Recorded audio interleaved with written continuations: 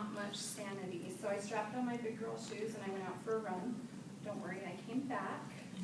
But since then, I've had a set of twins and I've added another baby to the mix, and I've lost the rest of my sanity. But my kids are happy, my husband's happy, and I'm not completely in a padded cell yet. So tonight, I'd like to share with you my secret to success. Over the past 8 years, I've run more than 10,000 miles. I've run several races and a few marathons along the way. I have more running shoes than high heels. I can talk IT bands with the best of them, and I call myself a runner. I'm also the mom to 4 wonderful children. Here's my exercise back and forth. This counts for my run. Adding exercise, specifically running, to your life can make you a better parent. So tonight, I'll discuss 3 things you need to know about running and parenting. First of all, getting started. Second, fitting it in. And third, finding the love. The experts say that every journey starts with the first step. Running is no exception. You need to have the right gear. I cannot stress enough how important it is to have good shoes. You need to go to your local running store and you need to get fitted for the right kind of shoes. Shoes can be a little bit pricey, but I promise you, thousands less than an orthopedic surgeon. So just trust me on this one. If you have any questions, ask me afterwards. I can tell you where I'd love to go.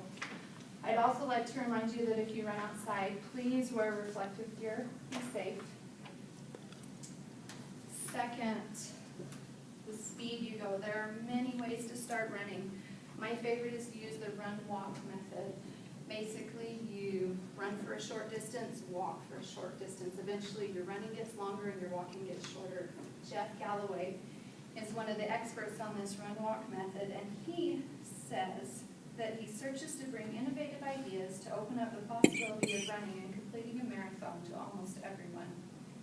Philosophically, Jeff believes that we are all designed to run and walk, and he keeps finding ways to bring more people into the positive world of exercise.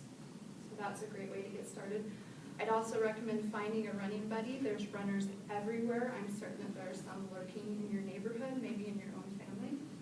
And then accept your limitations. I will never be an Olympic sprinter, and that is okay. I'm okay with that. Next, where to run. There's so many options. You can run on the road, you can run on the treadmill, you can run at the gym, you can run in your living room, you can run in the morning, you can run at night. Basically, the right answer is whatever works for you. You know, and sometimes I found in my life that there are times when I'm strictly a treadmill runner. There are other times when I'm on the road all the time. So it just depends, being willing to be flexible. So now you're dressed, you're committed to going slow, and you've decided where you're going to run. Let's figure out how we're going to add one more thing to your to-do list. Commit to yourself. The authors of the book, Run Like a Mother, talk about why they run in their instant classic. They say, the first steps always feel painfully rusty no matter what time of the day it is. These ones are no different. I wish running didn't mean so much to me. I wonder why I can't live like the rest of the world who thinks the 7 a.m. alarm is really aggressive. But here's the truth. For an overtired, overstressed, overextended mother, there are few other sensations that rival a delicious run. So find out why you run. What's your reason? Be accountable to yourself. Schedule your runs just like you would an exam or a business meeting, and be accountable. Show up on time, be prepared, and give it your best. I also recommend setting goals. There are local races pretty much every weekend that are a great way to get started and kind of feel the love of the running community. Give yourself rewards. I always like new shoes or new socks or a great running shirt. There's so many options. You should also give yourself credit.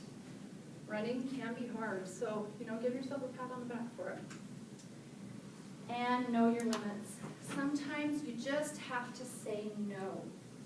Remember when you're in the airplane, they always tell you, take care of yourself first, get yourself your oxygen, and then take care of your child.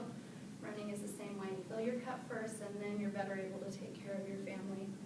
Now, I know you're probably thinking at this point, Kristen, this is really great, but can I say I'm just not feeling the love? It is possible to run and love the time that you spend on the road, but you just need to know a few secrets first. Accept your limitations. I mentioned this earlier.